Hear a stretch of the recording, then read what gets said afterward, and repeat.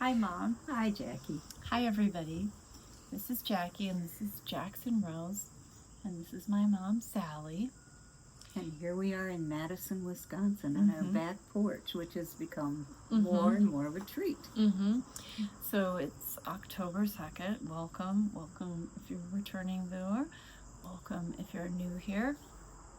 I've actually been thinking that we do kind of need to reintroduce ourselves a bit because it's been a long time and things progress. You know, people. I mean, the whole rhythm of life. You know, we have new people that may tune into this and go like, "Who are these two women?" So this is a knitting podcast that's about the knitters who make things, and so it's almost as if knitting brings you to the creative being. Rather than it being about knitting products, it's about the creative being. And then therefore, if it's about the creative being, it ends up being about all sorts of things. Right. Because I am, you know, for those of you that know me for many long years, is that I am less of a knitter than I am a quilter and an artist in other ways. But I love yarn. And this channel started with, grew out of a previous channel, and then this channel started with this book by Rick Rubin, The Creative Act. And I made a commitment to slow down and go into detail about my creative process. And so one of the things I asked my mom to just open the book and give us, you know, just open the book to any page. And it was funny, I asked her to do it because I know how far I've gotten in the book, and I think I naturally would have pushed myself into unknown territory, into where I am in the book, and you just opened it. And this was the sentence she opened it to, and I think it's a perfect theme for this episode. The sentence is, "We can't force greatness to happen. All we can do is invite it in and await it actively." We can't force greatness to happen. All we can do is invite it in and await it actively. So let's take a moment to invite in, even in this, the vessel of this episode. And obviously we can talk about how we've been inviting it in our lives since we've last done this, or our creative practices. But just for today, I want to invite it in and await what happens, because I was literally telling the story of my dad in hospice, and this when I got my hair done today, to the woman who washed my hair. She was a young girl, and I was talking about what it's like to come home and connect briefly with my sons or my family members, but I'm more in contact with you than them. They're more episodic. And I was in this place where I get my hair cut. It's just down the road from hospice where my father died. And I remember, and by the way, it's not like we're in a studio, so there will be a dog or a truck or whatever. And it's garbage day. Oh, has the garbage come? It has already come on our street. Okay. Well, at any rate, when my dad was in hospice, one of his closest friends,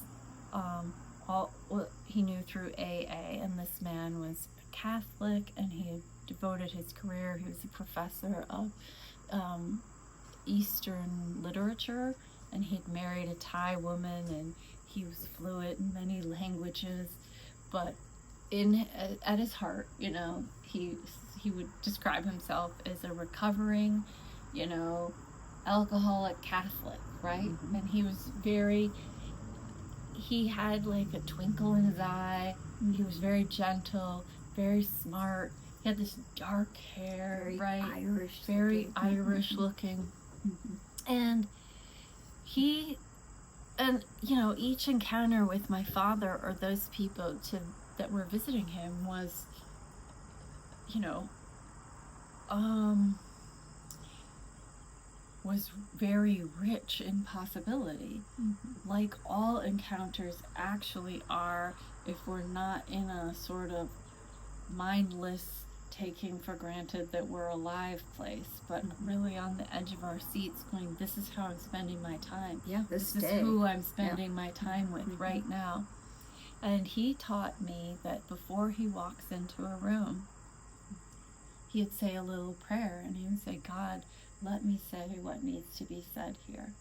Instead of thinking like what sounds smart or I don't know what, he would just surrender and give his voice over to what needed.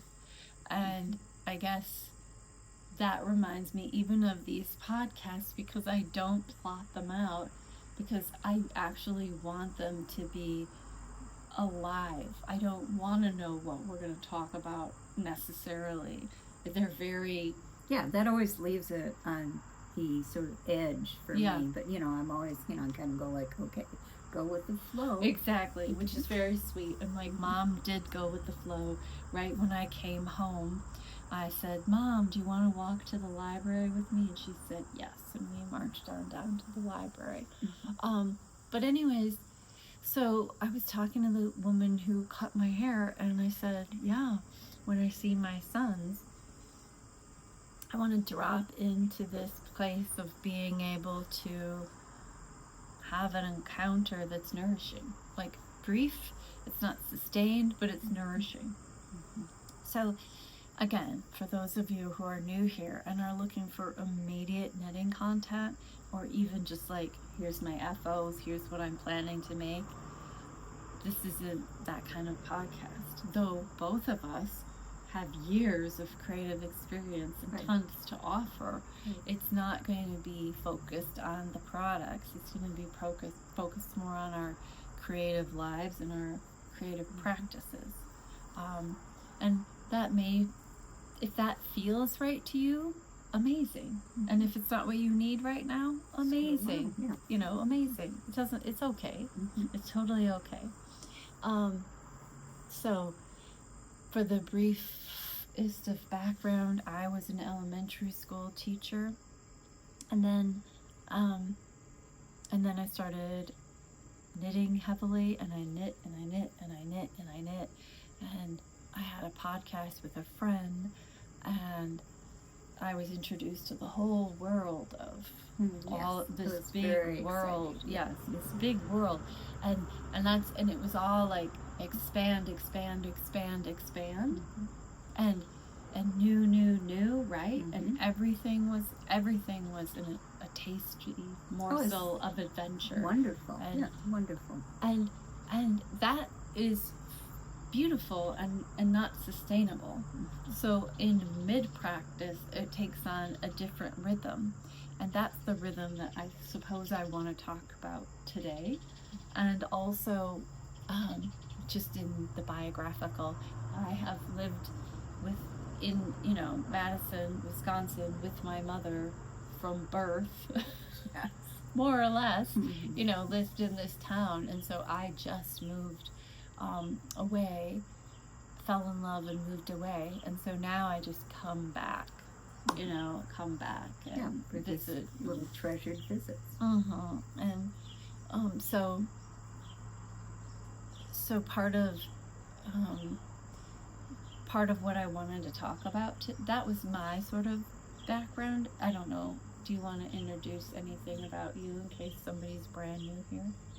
Well, I'm exploring the growing older, being 78, and having at this time in my life where it is just, I have to say it's wonderful getting to 78 and being healthy, and being, with people I love, being able to be creative. My home, for those of you that know this, I've had a 3-generational home for years, ever since the boys were born, and they're in their early 20s now. We've had a 3-generational home. And only recently has that changed, where all 3 of my darlings have moved out of the house. And so here I am with my older daughter, in a much bigger environment, and I'm just, and I thought I would be just like devastated. And yeah, I mean, I miss them, but I'm also going like, wow, if not now, when? That's kind of my mantra. If not now, when? For, learning to paint, taking time in the day to read a book that I want to listen to, all the things that I want to do. If I want to walk in the arboretum, if not now, when? Is forming my days, and I'm full of creative excitement. Mm-hmm. And that's where I am now. So yeah, and I'm going to finish the reading with that. Mm-hmm. It says, we can't force greatness to happen. All we can do is invite it in and await it actively, not anxiously, as this might scare it off, simply in a state of continual welcoming. Right. If we remove time from the equation of a work's development, what we're left with is patience, not just for the development of the work, but for the development of the artist as a whole. Even the masterpieces that have been produced on tight timelines are the sum of decades spent patiently laboring on other works. If there is a rule to creativity that's less breakable than others, it's that the need for patience is ever present. And so that's funny because it's not a contradiction of what you just said. It is, I love this place where I'm in now, where my mom is saying, if not now, when? And then this book is saying, it's a continual process of patience and welcoming, Mm-hmm. and that those both can exist, this urgent Mm-hmm. patience. Yes, and this is what, when I hear this, and patience, is I'm realizing that my practice, for instance, I've gone back into sewing, and I'm making a series of quilts that are sort of influenced by the painting journey that I've been on in this past year and a half. And so the patience is one day I decide to spend my day just taking fabric and cutting it into 2.5-inch squares, and I do this over a month, and I start amassing a basket that is just 2.5-inch squares. I don't know why, but that's the patience part of creativity. Mm-hmm. Which is, it doesn't, like, creations and works of art don't come necessarily. Some do, but not necessarily does it come instantaneously. So when I say, if not now, when, it means to me, just carve out the time in the day to be sitting patiently with the muse and just create and listening, yeah, Mm-hmm. listening to what Mm-hmm. comes next. Mm-hmm. And I've just, I got a little bit of, this is kind of, I don't want to sidetrack too much, but I got a little bit off into I've made all these things, now I need to get them out in the world, and I need to, like, switch my hat into businesswoman all of a sudden. And it was, oh my God, it was Jackie that helped me with that, where she said, you don't have to do that, and I'll let you tell it. Well, it was him off. Yeah. And she just kept, because her work was what was inspired my third ribbon. Right. And she was an artist who she packed away all her art and when she died, she said, don't show this to anyone until I'm been gone 20 years. Wow. Anyway, so just the germ of that idea was, Mm-hmm. I don't have to do anything about getting my art out into the world right now. It's happening slowly and surely, but I don't want it to hinder the now, because I am in such a fertile creative place and I need to be creating things. I mean, it's sort of like trusting that you are a child of the universe, or Right. like all these acorns that are dropping. Mm-hmm. They're going to become acorns. Mm-hmm. You're going to be who you are. Right, and the products are lovely, but they're not the whole point. Mm-hmm. The point is the, using gifts into the creative stream. So when I thought about this episode, what I wanted to title it and what I wanted to talk about was not knitting, when you're not knitting. And I'll still certainly tell you the story of my not knitting, but and I feel like it's really useful to speak it into a knitting podcast, because I do feel like it's very important to not let your creativity shift into an assembly line or an addiction or anything like that, but let it always be something that you're curious about, your motivation and your relationship to, and how you're treating yourself in your creative practice. I receive so many messages from knitters who are knitting because they want to participate and see the beautiful things, and they're inspired by them, and then they start knitting and they're hard on themselves while they're knitting, or if they're just, I'm very aware, because I've been doing it for a long time, these voices of needing it to do something more than fill your hands and delight you. Needing it to validate something and say something to the rest of the world. And I mention these things, I talk about these things because I think it's important to give ourselves permission structure.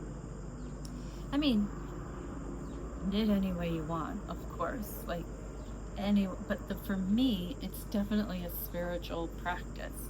My creativity is a spiritual practice as well, and it's a way to connect with and interact with something bigger than myself. It's like a pipeline between me and the bigger universe. So I just want to always be cleaning that out, and sometimes you clean it out through a fast, through an intentional not doing it. And so I'm not going to Rhinebeck. I'm not making a Rhinebeck sweater. I am not knitting anything right now. And I'm trusting that, because I have been constantly never not knitting. Somebody actually, one of Richard's friends, called me never not knitting. Like, that's what he calls me when he talks about me. I have been always knitting for years, and I have arthritis. Your hands were in pain. I have such pain in my hands, so I've been filling my hands instead with these kitties. And I'm going to tell the story of the kitties, because I sort of told it on the last video, but it evolves, because you notice I said kitties plural. So I've never had a cat in all of my life. I've never liked cats. I've always been allergic to cats, etc., etc., etc. And I've had complaints about them. And then, and I live in a town that has about 9,000 people in it. So it's not, and it has a lot of, I would say, cats that aren't just roam around this town. And so I've seen those, but I had nothing to do with them. And then one day, 2 little kittens appeared at my door. And I'm going to try to make this story really short. I tried really hard to do all the things to resist this, to do the right thing, though, to get the kittens homed, or whatever all the cat language is. I don't know, but and in the end, this one little kitten, Ribbon, just was so persistent and loving and adorable, and just kept wanting to be in. It was just, she won me over. She just won me over. And so, and then after she won me over and I made this commitment to her, then in our life comes back her mom, who comes back. I mean, her mom must have dropped the 2 kittens off on the porch and, and then disappeared. And the mom was injured. And so, again, a whole series of like, well, I'll feed the mother so I can trap the mother so that I can get the mother fixed. But then as I was in that process, I watched the mothering Ribbon and seeing their interactions and seeing the play and the affection and care between them. And cats being so different, it's been this whole process of me just needing to be curious about them and wait for them to come to me and learn more about them and be on their terms. And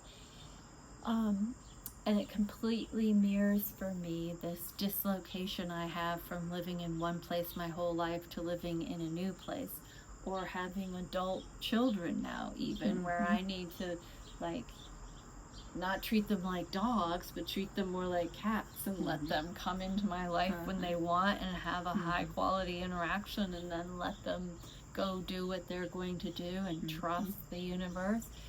And so I've been just spending a lot of my knitting time on the ground, making myself available for cats to come near, to touch, to pet, to play with, to build boxes with, to watch them, and to just be outside with them and be really present.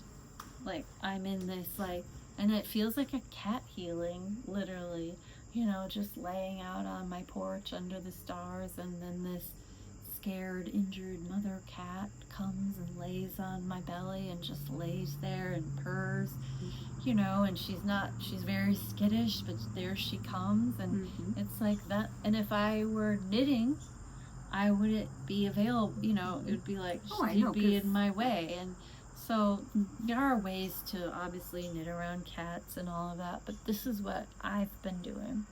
Oh, Ribbon even got into your cat, your knitting, and was very active in your knitting while you were finishing up. But it's a deep shift and change from wanting Ribbon to love me and like make me feel special and unique, because I certainly want that, to just admiring her and going, what does she need to thrive, and let that be the basis of the relationship, rather than so like I had all these impulses of like, oh, I want to take her on walks and put her in a stroller and put her in a sling, but then I was like, I'm sure she's fine, like she probably doesn't really want all that, and I just want that, and I have enough that I can, I don't know, surrender to learning about her, just like I've been learning about living in a small town, or I've been learning about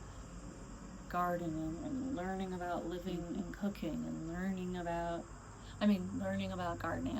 Relearning. It's always relearning. Right. Because I know these things, but it's relearning them. So, not knitting, not pushing, not demanding too much from our creative practice either, because I feel like our creative practice even can be like cats, and there's times when it crawls in our lap and purrs. Yes, definitely. And that is so wonderful, but you can't force it.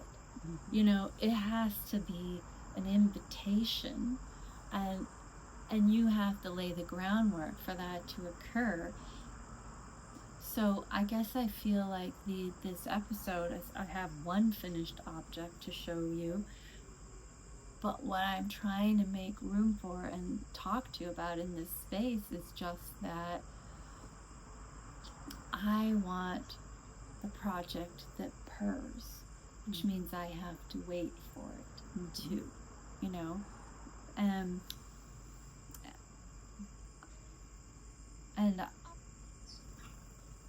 I want the conversations that purr. I want, And what is purring? I think it's just this alignment of you feel safe, well-being. you feel pleasure, you feel you are taking in and agreeing with the miracle of being alive around you. That's purring. And I think I've seen plenty of purring go on in our knitting life. But I also know that sometimes I come at it with expectations or with fatigue or other things like that. So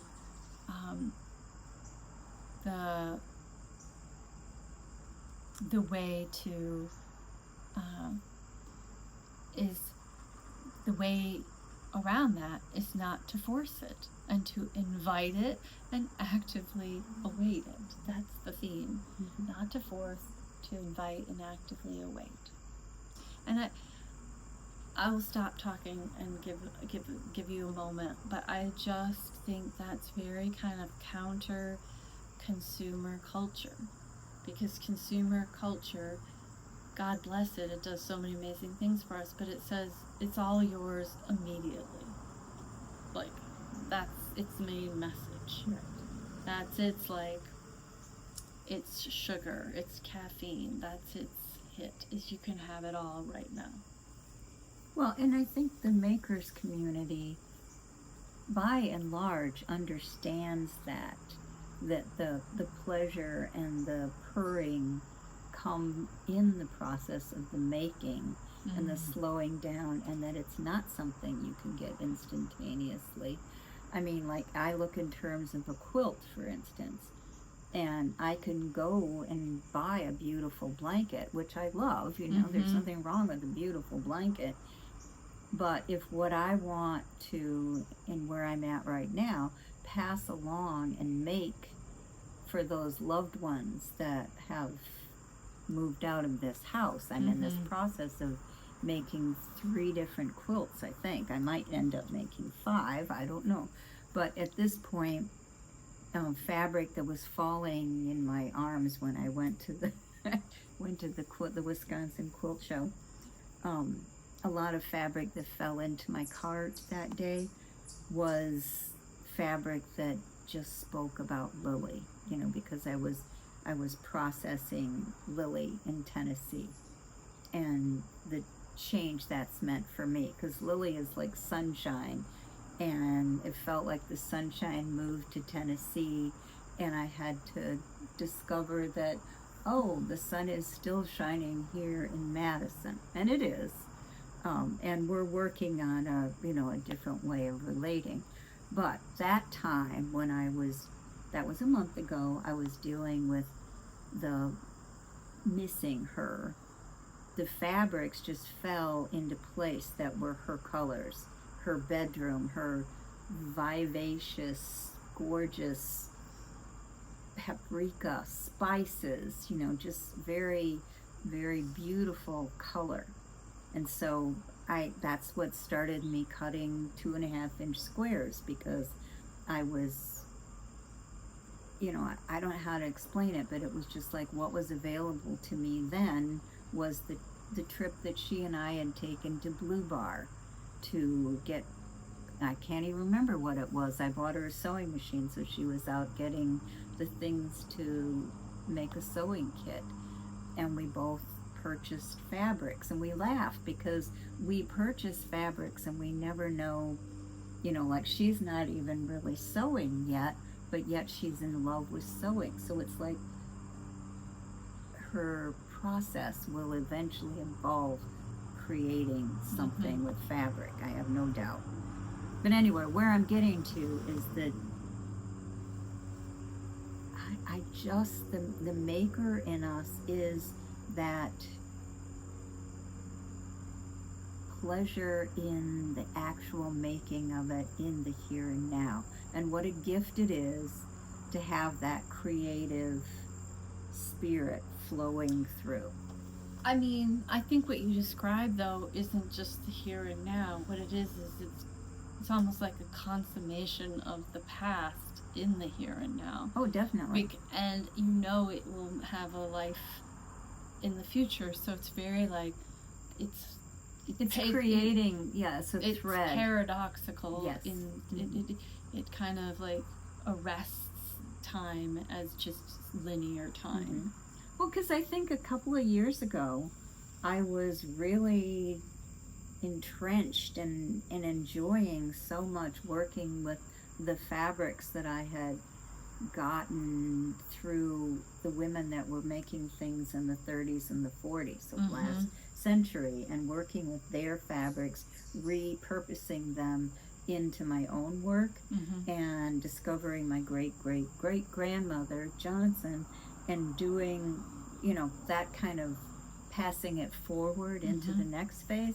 And so fabric does that, you know, and I'm sure yarn does in its own way. Oh, it totally does, right? Yeah, but totally. fabric definitely. You have a yarn stash, and then you come back to it, or you undo a sweater, or all those things. Because it's our art, it's our paint, it's, you know, and so when I went through that, and now I'm recognizing that I'm doing somewhat the same thing, because in all these quilts, even though a lot of these are brand new fabrics, I'm also dipping back into making sure that the little Liberty of London with the fish swirl in it is in Lily's quilt, so that was one of the first things I made for her, had that in it. And so the stories continue. And so I don't know. I mean, I think women and men who've made quilts over the centuries have done that with the, you know, the purpose of wrapping love around your loved ones. You know, wrapping your love. And you know, it's beyond this lifetime. Yeah.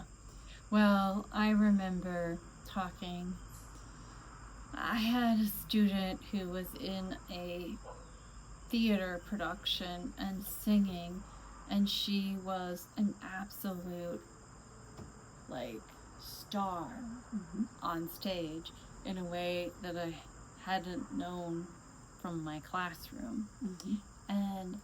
And they were talking about the theater. Her father was talking about, yes, it's all engrossing, it's amazing, you put these things on, you come alive for that performance, and then the performance ends.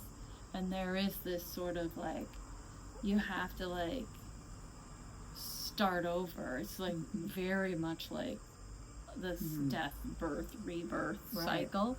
And I would say, like, doing those ribbon wraps and really devoting myself to sharing the very embodied, intimate, creative practice of trying to talk people how to do that through the ribbon wrap, but, you know, the way to really honor yourself and your creativity, and like what Sally, just decoding what she's saying, is it's not like she wants this certain swirl fabric because it has a certain memory for her and a certain association. It has nothing to do with the brand name or the cachet outside of herself. It's like the making the bench, the landmarks are inside the creative act for herself. Right. You know, and that doing that process of like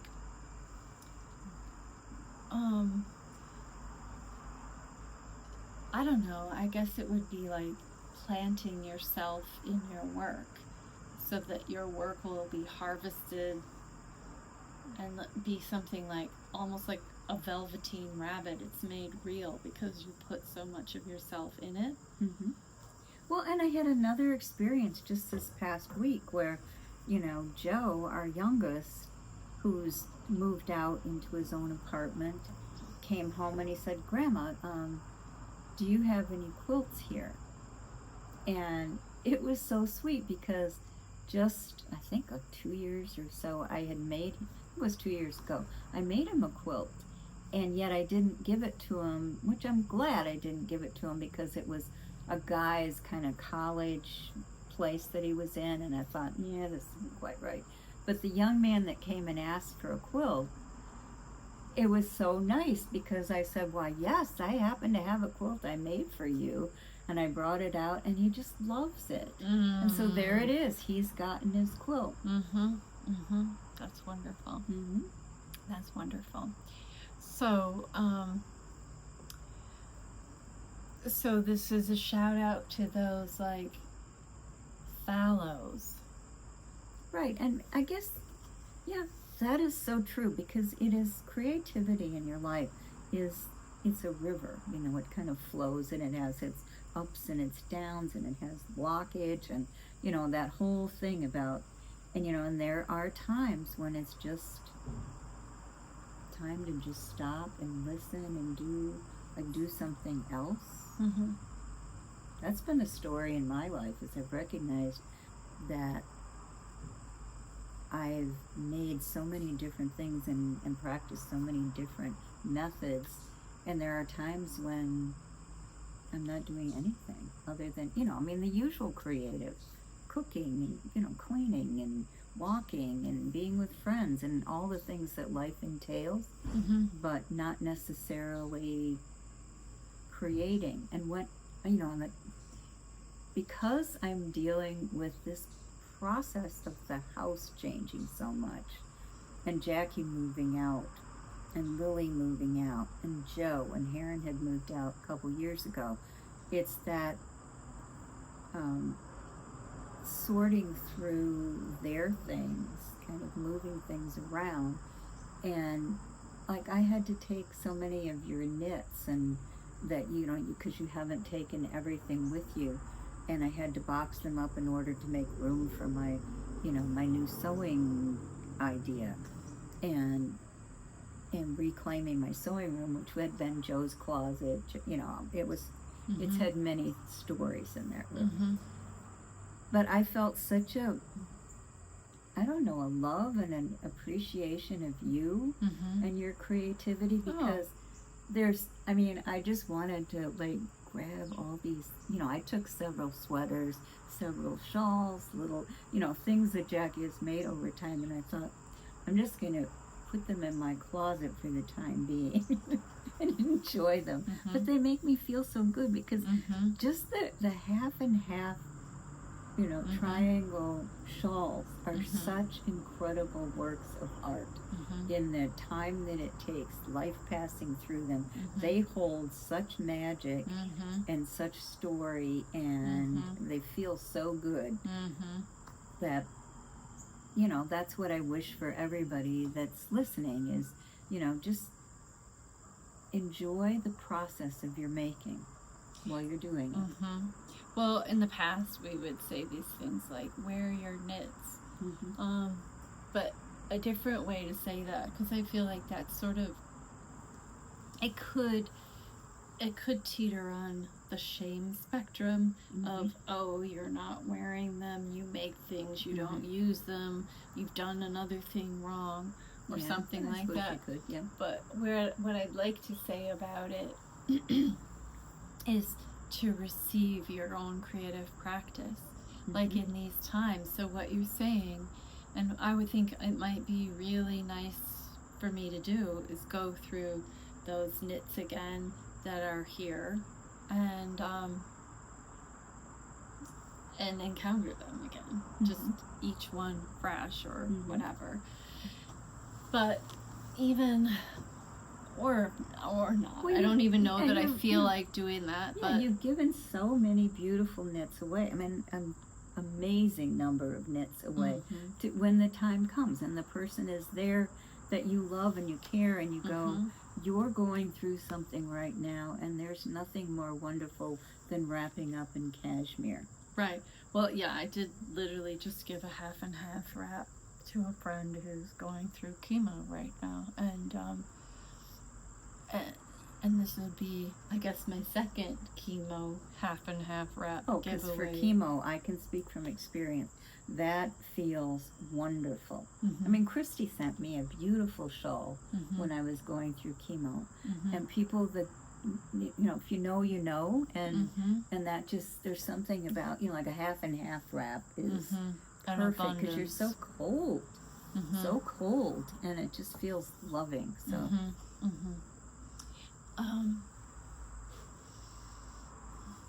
Well, I guess the other thing I just want to say about it is to like value the slow, and not just in lip service, but really value the slow, and value the receiving, and value the like liminal space between a project. You know, value it and let it be an open question, and then when the next one arrives, it can arrive with an innocence instead of with expectation. And my mind just suddenly went into the other thing that I really, because I'm hearing this, but it went like, whoa, don't forget to talk about that place that I've been in recently, which is that feeling less than because I created this enormous body of work, you know, like in my playfulness and my joy, I just boundless energy. I made so many different things, and part of what my next listening is, and what I've been journaling about, and I've been doing Mark Nepo's 5th season book about, I'm in the process of examining this stage in my life on how to give away much of what I have made. You know, some of it will obviously be sold because it makes it easier for me to create. I mean, I'm not infinitely wealthy by any shot, but just that idea of where these next decades, I'm hoping, are going, is to open up and give more away, give more of my time, give more of my art. And I have had such joy in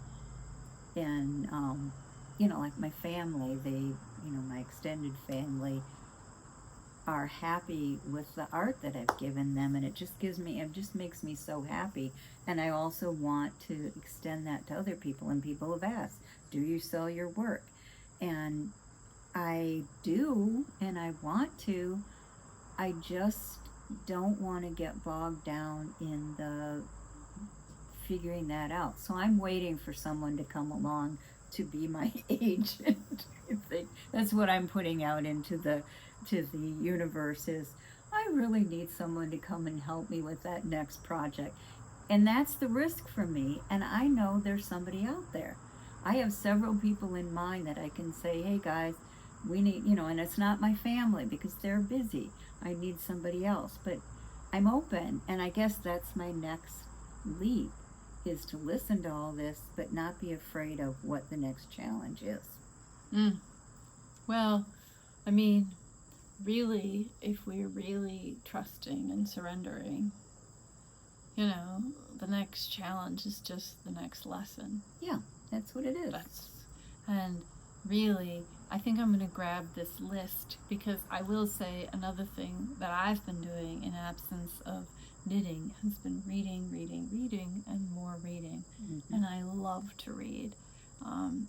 And I just read a list today that felt very good to me that I would like to share with you. So you get to talk for a second, because I'm not going to even edit this video at all. I'm going to make it really simple for myself. I will just share what I've been up to.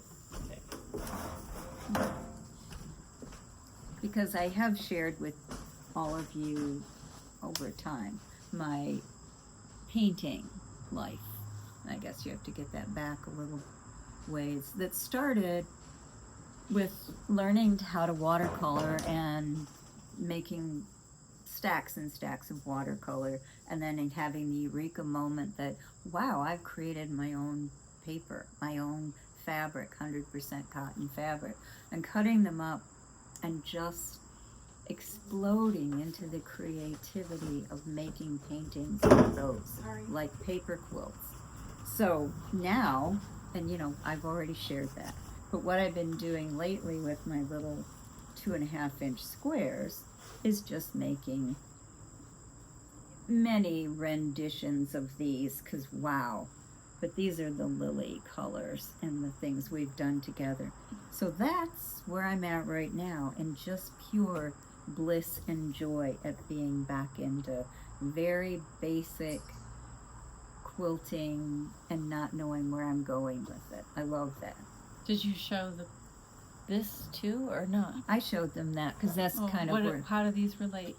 Well, what this is just the. I mean, I know it's pretty obvious, but tell me what. It's the same thing. This is when I had the eureka moment about what to do about all my student watercoloring that I had done. You know, that you've made my fabric. foot high. I made fabric out of it, and that's the very basic, the 4-patch one. But I've done many things, which I've shared online, and I continue to post. Okay, so this is a little mid-roll offering for mindfulness. So, and I'm offering, I literally don't know word for word what this said or even what page it's on. I am literally just trusting that I left it to this page. Let's see, did I? No, I didn't. But I was thinking about this time that we are in and how challenging it can feel. Yes. And so, and everybody's experiencing joy and pain in different ways, and that's okay. But just, I'm offering this into the collective. So if you feel like it, you can close your eyes and receive this. And just take a moment to think of someone who needs your love right now. Someone who has suffered a loss or is suffering with fear or uncertainty or any and these are some assertions, affirmations that I'm going to offer into that space of the fear and anxiety that can be so prevalent right now. So, and this is first of all for you, and then as you're grounded, then you're able to offer to others. So if I'm going to say it and then you can repeat it, how about? I am a safe foundation. I am a safe foundation. My mistakes are growth. My mistakes are growth. I am perfectly imperfect. I am perfectly imperfect. I have a right to exist. I have a right to exist. Fear guides me to safety. Fear guides me to safety. I have the power to change my life. I have the power to change my life. I can support myself. I can support myself. I am irreplaceable. I am irreplaceable. I strive to be a safe person for others and myself. I strive to be a safe person for others and myself. My choices ensure that past failures lead to future successes. My choices ensure that past failures lead to future successes. I attract the resources I need by being my most grounded self. I attract the resources I need by being my most grounded self. I have not mastered everything yet. She's reading and not listening and having her eyes closed. But that's okay. So you're supposed to be hearing me and listening and then repeating it back, not just reading it, because it's a very different thing to read it, to hear it and repeat it. So I'll just do the last one. So don't look. I have not mastered everything yet. I have not mastered everything yet. What is mine belongs to me. What is mine belongs to me. I belong. I belong. There you go. That's it. So it's Imperfectly. well, I just didn't get the instructions. it's okay. It's okay. I mean, I made it up on the fly, so Okay. mhm. We're good. But I do feel like being grounded really helps in an atmosphere of anxiousness. And what grounds you is maybe, I'm not going to tell you what needs to ground you, but Oh, it's just absolutely key right now to find ways to be connected to be with connected. something bigger than Yeah, yourself. to be part of our community, to recognize. But see, even part of our community, even Yeah. now, that can feel Yeah, like... that can feel. So actually, what I'm trying to say is you have to be grounded in yourself. Right. And then your very presence is a boon. Like, you know, because otherwise you're looking for approval. How do I fit into this community? Yeah. What does that community expect from me? What does this community want from me? No, you have a responsibility. It's kind of what our dear friend walking into the room said. What, have the words come to me that I am, that I'm meant to have. Well, so one of the books I've been reading is this latest Brene Brown book, Strong Ground.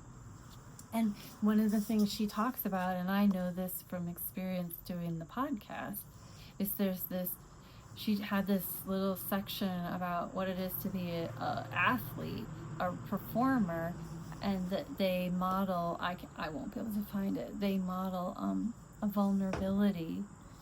And I know that vulnerability, and I've complained about it from time to time on here, where I post something and somebody's mad at me for, how could you post a video of yourself dancing or being happy on a bridge? Because right now I'm supposed to read an anonymous person's mind and know how they're feeling, or that my happiness is somehow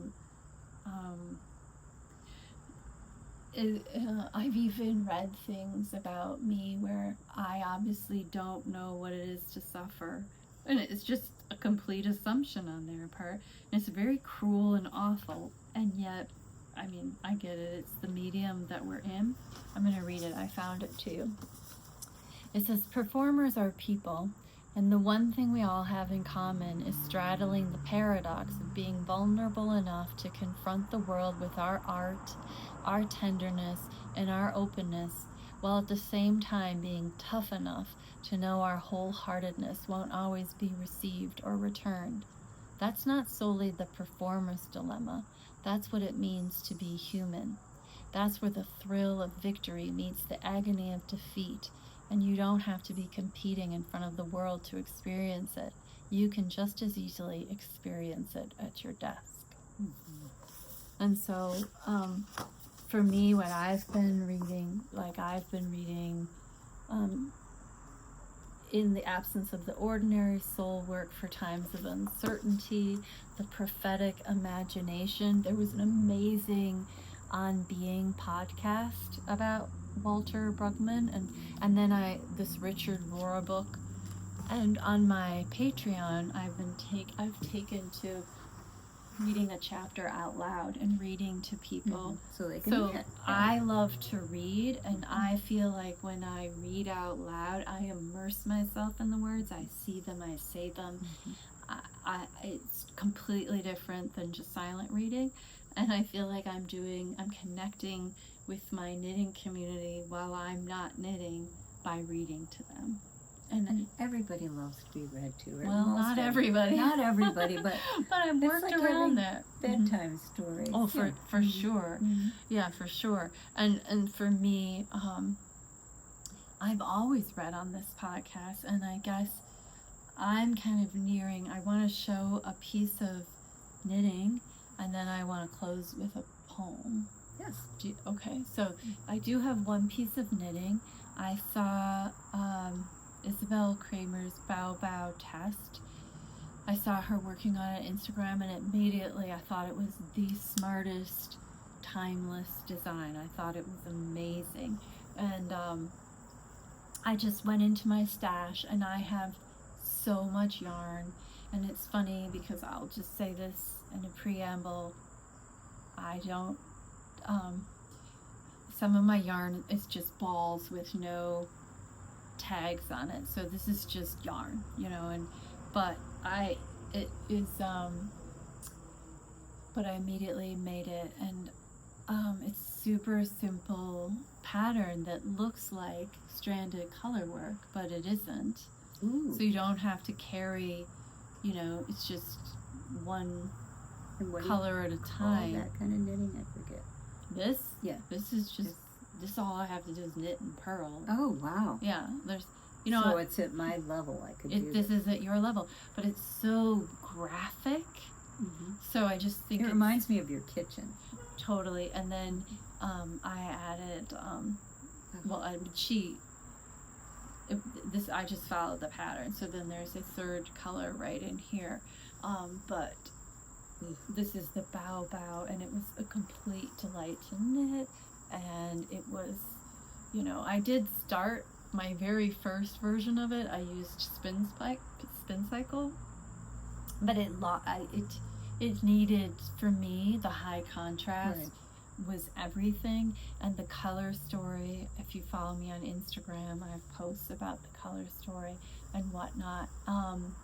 And it was just an utterly satisfying knit. It's not shawl time right at the moment, but it's very close. It's very close. It's a nice size, and it's really, I've seen versions too where it's used as like a stash buster, and so people just are doing different colors for each row, which seems really fun. It almost seems like those crocheted granny blankets. Right, yeah, it would. I mean, as soon as I did this, I was like, this motif could be used 100 different ways, obviously in garments and things like that, and accessories. It's such a great motif. But I really do love brown and blue so much, and so I felt really thrilled to be able to express that color combo. But this yarn, I do know, is like wool and cashmere, and it feels it does feel wonderful. Yeah. And so, but it's not just like, it's not. What does the center look like? There's just a little like. Yeah, just a little where it comes together. There's the back side, you know. But I just think it's like, I thought it was so perfect. Oh, it's beautiful with your coloring. Yeah, so there it is. And so I don't want to wear it though right now. But I knit that, and I highly recommend that pattern, and it's gorgeous. And then I do love collaborations, and this, and I have been, you know, it's funny because I love Shakespeare, I love Whitman, I love Tennyson, I love Dickinson, but I myself haven't spent much time reading the Bible, but the Bible is the, you know, whatever, is a piece of literature, and it's also just sort of, I was on a walk yesterday with my friend, and there were, what are those little free libraries? And I pulled out of the little free library a book of Steinbeck's, where he talked about how learning to read was so awful for him, but that he said in his family, the Bible was just the atmosphere that he lived in, as well as Shakespeare and Pilgrim's Progress. But the thing that motivated him to learn to read was, you know, King Arthur, the Morte d'Arthur, or however you say it, like that.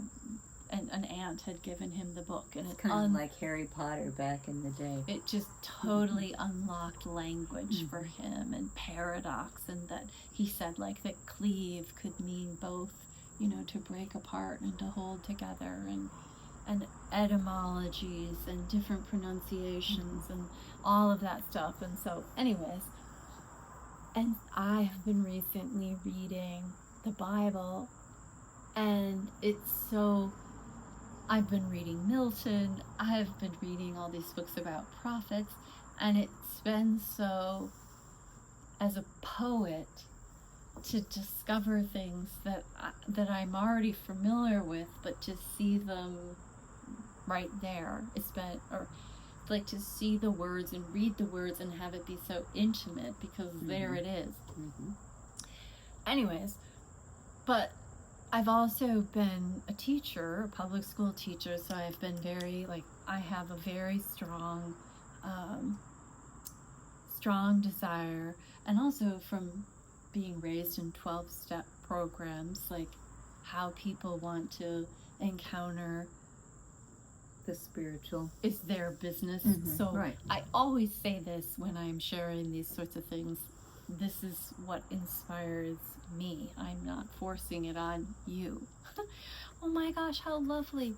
So I have this I've always had this book of Psalms, but it's like it's written by an Iranian man in German and translated into English. And I never noticed this before, but Richard Rohr, who I adore, wrote on the back, and he said, "Seldom have I found prayers such as these that bypass the usual cliches to speak in an immediate, compelling, living way." And I don't know how you pronounce his name. Saeed is surely the beneficiary of true spiritual encounter. Here you will find insight, daring honesty, and the kind of love that sees clearly because it has allowed itself to be seen.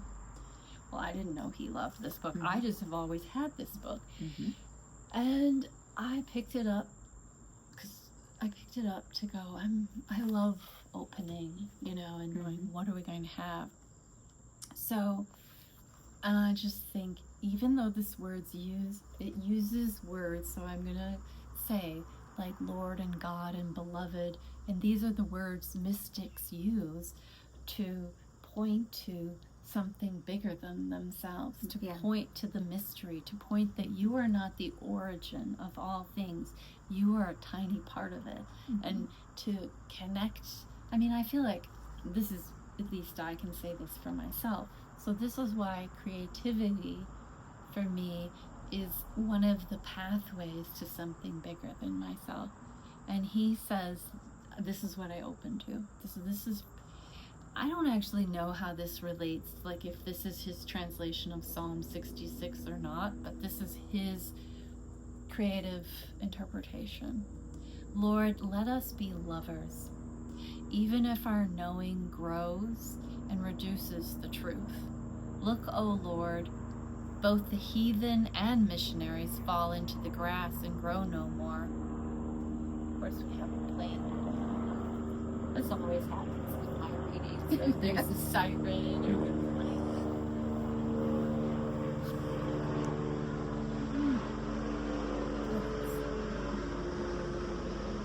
It's time and patience.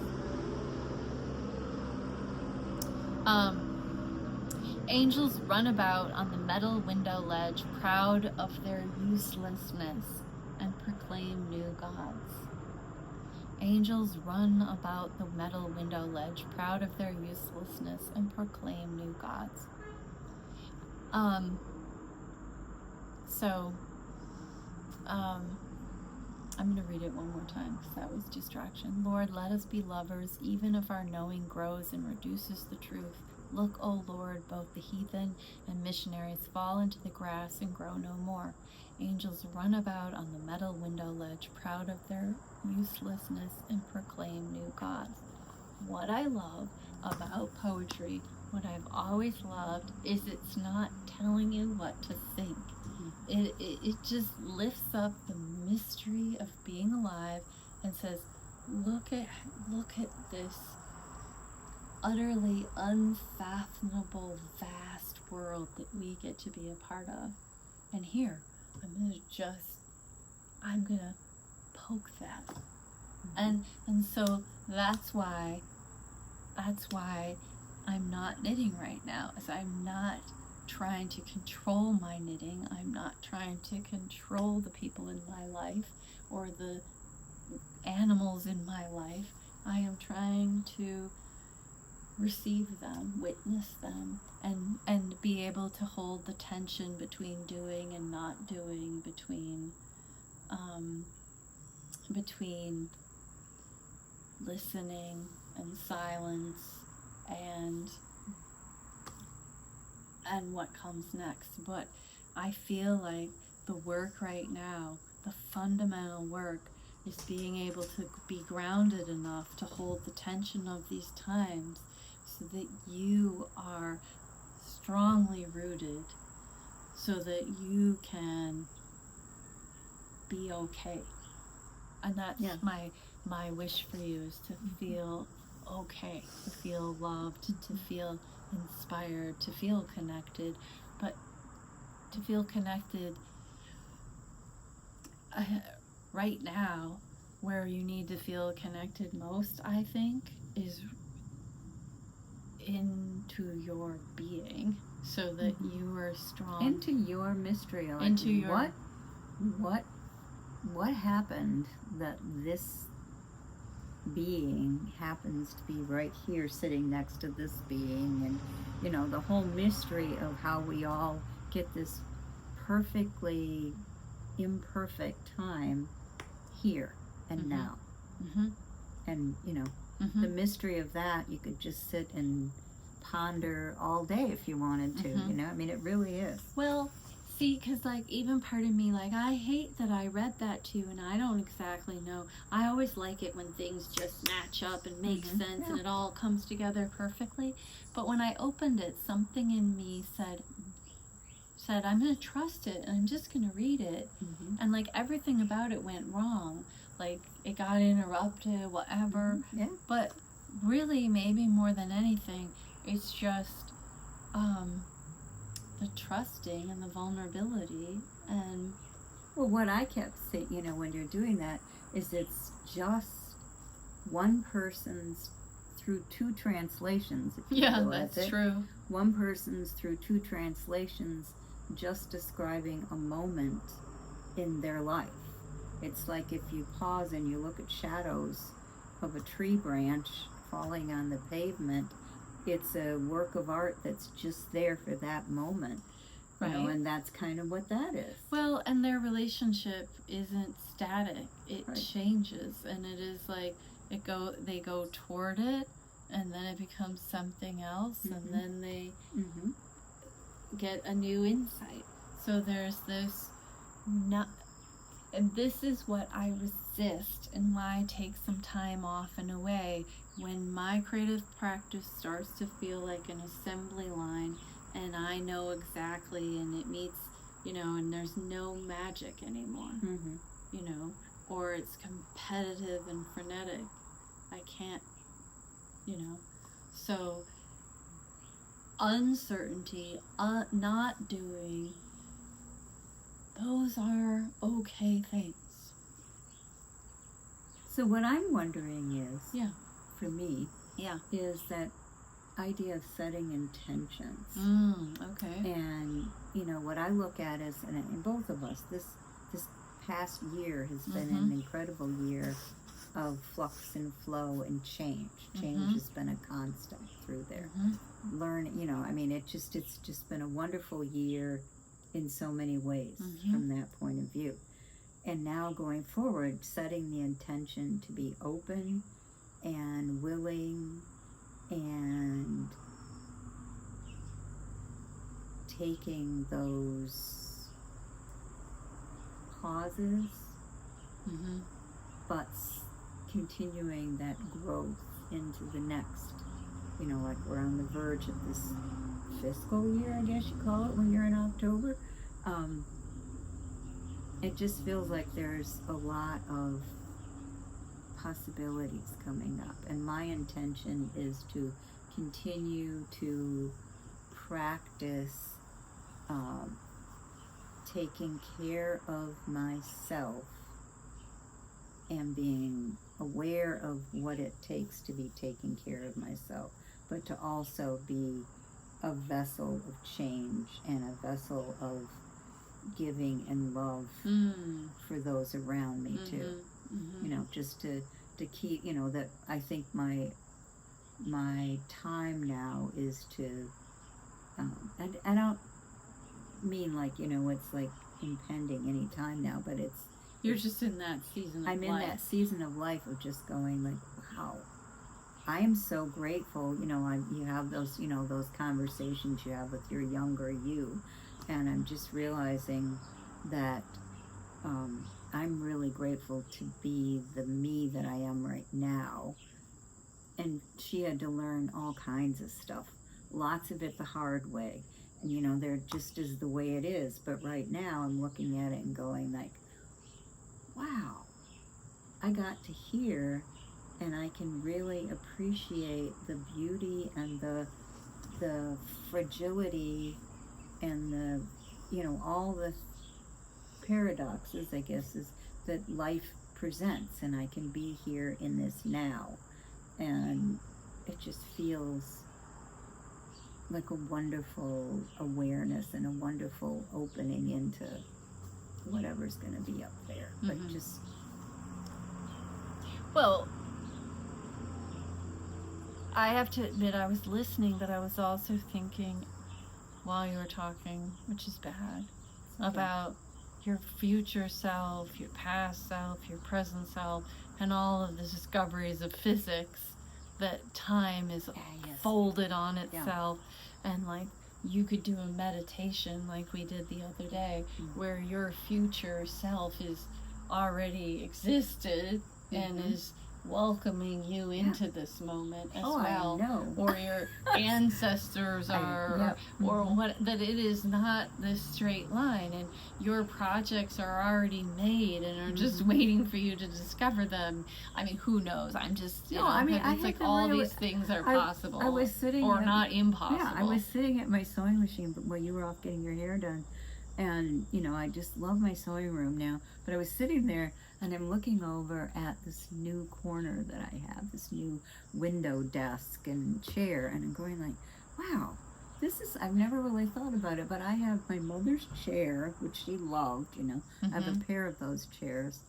And in my bedroom and on the third floor, I have a pair of chairs from Grandma Johnson. So those chairs are like in their 100 something plus, but it's just like this idea of, you know, these women are interwoven into my life now, and they were sitting in them, things sitting in them, and how they're being used differently. And, you know, I just love that connectedness. And even if the things weren't there, the genetic DNA is wrapped around in us. And I love the idea of the flow of genetics, the flow of our tree, whatever it is, and that we're all, you know, like we all go back to the same. We all go back to the same source, really. Well, that's that beautiful discovery. Excuse me, about tree roots and trees. And that whole network of rootedness. And I literally hope that that's what we're podcasting into, is something like a fungal network that's alive, that's supporting. Because I just want to state that I have made so many friends through doing this, or have had rich, beautiful encounters through doing this. And I want to thank you if you've purchased the ribbon pattern. It was, you know, and also if you're on my Patreon, I want to thank you for that. Or if you've ever commented on the bottom of the podcast, I want to thank you for that. Or and shared some of the most beautiful stories. And so the comment section is so beautiful, and I always say this, I feel so vulnerable in the making of this that I don't repeat my vulnerability in the comment section by pouring my heart out in my replies, but I read them with my full heart. Every single one. Of course. I never not read them, and I appreciate them so much. And then I've also had the fortitude that if it's just an obviously mean comment, I just delete it and move on, you know. And like, again, I'm sorry, I'm just gonna set the boundary. Like, if somebody writes something that's obviously mean spirited, I just block them and I just move on, you know. So because that's not what this is about for any of us. None of us have to. We don't have to do that yeah, to each other. And I think it's literally like making a garden, and it's just like, well, I don't weed it. Yeah. Yeah, and like my creativity is like my soul place. It's not my place to have battles with people. You know? And this is only, what, an hour and 15 minutes of our life, and we're leaving things out that are obvious to us. You know, our cares and concerns and all of the things that we leave out, because what we're trying to share is the creative flow and the creative spirit through making and through our lives. But I did have a giveaway that I sponsored on Instagram, and I need to renounce the winner, and I'll announce that winner on Instagram as well. But I'm sure you found out about it here, so thank you for participating in that. And you know, I continue to see, it's so funny because it's not any different for the people I interact with. I'm not pushing my pattern by saying this. I'm saying that I've been with people in their ribboning experiences and heard about their experiences, and well, the ribbon is just a beautiful process knit. You know, what you put into it. Yeah, and I've been so enriched. I mean, it's that feeling of like, to see somebody like honor themselves and really feel the cherishing and really drop into it. The stories that it's brought out in people that they hadn't even thought about, and go like, whoa, this is, so it's not like I'm going to put red and green together because red and green are complementary colors. You know, it's a much more. And then I'll just say it, for the valuing of myself and my time and or whatever, is like the Soho Square is all this technical detail and video support for the techniques, and ribbon is all about my color practice. So there are two different things, and if the technical part is hard for you, then just that's a different course, and just, you know. Yeah, it's like 101 and 102. Yes. You know, that's all over the. Yeah, but I just needed to say that, because some people, I feel like, well, no, I it's mean, just to make that clear. It's certainly a beginning knit, right? But you may need the extra. But there's a wealth. It's like no more than a coffee, but you just need to go and there is a wealth of information that you put in there. I happened to get one of those Soho Squares when I was tidying up the knitting. Oh my God, I'd forgotten about that. It's just because there's so many different colors that play together, and how it wraps around you, and linen quill, and it's just like, oh, do I feel, so I kind of feel spoiled that I can just grab one off the shelf and wrap up in it. Well, even the other day, I put on, it got cold, and I put on a shrug, and I'm just gonna say this, like, sure, it was a journey for me as a person, having shrugs be a thing in the knitting world, but I had been knitting shrugs for 20 years, and I always put them on this time of year, and I want to reclaim the intimacy of this is what I love, that I've always loved, and not make it be like I'm trying to sell something, you know. Like, well, it's the same thing for me when I made an explosion of creative joy and love, and have made so many framed and unframed pieces of art that every single one of them I look at, they're like a child to me, and I think they're beautiful, and I love them because of what I experienced through making them. And of course someday I will have a place where I can sell more of them, because it's just like making it possible for me to keep my materials Mhm. coming, you know. Well, yeah, it's the first It's- chakra security. And, Yeah, right. And honestly, I can't thank my Patreon enough, because Patreon, the people have been very patient. It's not quite, it's like one step removed from, it's one step closer to a gift economy, where there's this generosity of, Mhm. I support your work and the Mhm. way you work and your voice in this space, and you don't, I'm not like, you know, it's just, Well, yeah, and it's kind of like for if me, if something Mhm. you want to do, I Mhm. so appreciate it. right. And that's all I mean. And if it's not, but Mhm. it's like not, if you don't want to do it, then absolutely don't do it. Mhm. Yeah. Because I see that in terms of believing in my higher power and the spirit that flows here, is that there will be that creative soul that'll say, "Oh, Sally, I can show you how we do this next step. This is what I love doing." You know, because for everything, there's Mhm. somebody that's waiting out there to like their creative. Well, No, and you're bringing it up again and Mhm. making it about that, which I don't like. Okay, I know. But that's, I mean, because it's also wishful thinking. It's So then I just put them in the box. you put them in the box, And or see you what learn the lesson that Mhm. you need to do. Like I know. one or the other, but like it's not. I go back and it's forth. not You're like right. yeah. But You're I right. love you, and No, I know. and- It's, you know, I'm just being real. Here I am. Mhm. But I guess the thing is that I feel so good about is that for whatever reason, they bring me a great deal of joy, and the people that I share them with, they bring them joy. Mm-hmm. And And I there's love a that. season for everything. And there's a season for everything. making, and there's Mhm. a season for, I'm not sure, but there's also a season for, and I guess I'll leave off with this book, because